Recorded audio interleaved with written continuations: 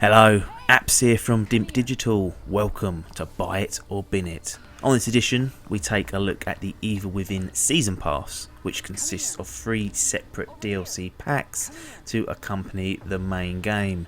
Let's start with my cards on the table.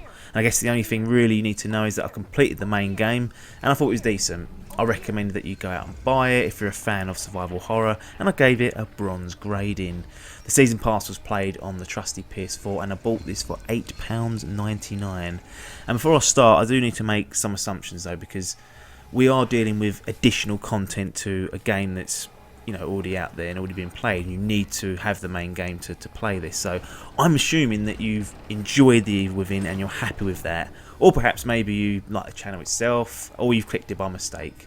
Either of those is fine, but I'm assuming it's going to be the first one for most of you guys and why you're going to sit through this. So I've got to make the assumption that you enjoy what the game was to start with and you went through it and was happy with what you had played.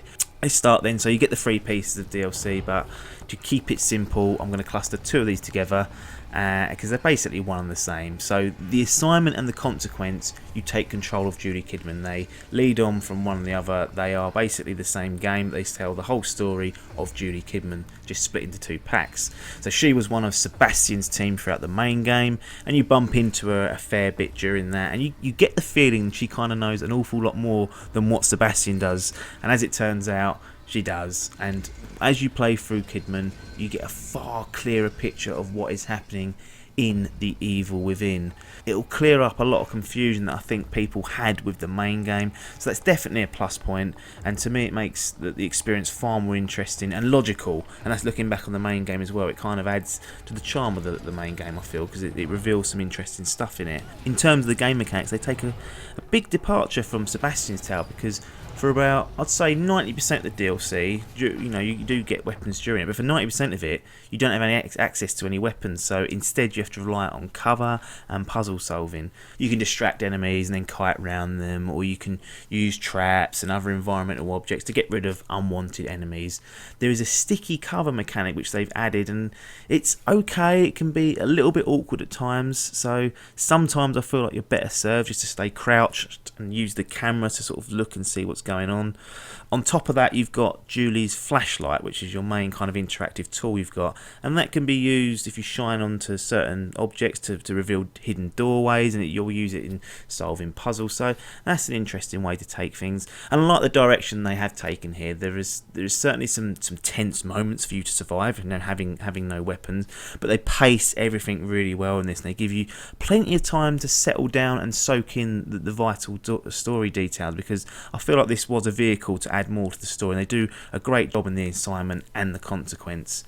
Now, the executioner part sounds the most entertaining, because you get to control the executioner, or safe head, whatever you want to call him. You get to batter enemies, you're going to be unstoppable, you're going to be an amazing person to be going through in this.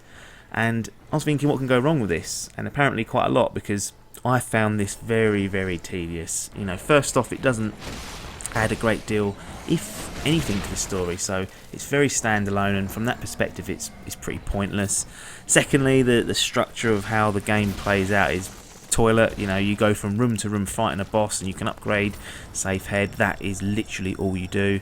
And lastly, the gameplay isn't very good at all. I didn't find the mechanics enjoyable. You play from a first person perspective, which I guess is the only way to get it to work since he's so big, but it's just not enjoyable. It's probably entertain for about 30 seconds, then you realise it's not fun playing with an absolute slug. It's terrible. He makes Sebastian look as agile as Lewis Smith, so Safehead is appalling when it comes to his movement, and I didn't find it very enjoyable to go through this. So you get a bit of a mixed bag of this season pass. The Julie Kidman pieces are a great addition to the main game, but the executioner part is pretty shocking, so it's a tough one, but I think having the Kidman stuff is worth having if you're a fan of this series, and if you're a fan of the main game.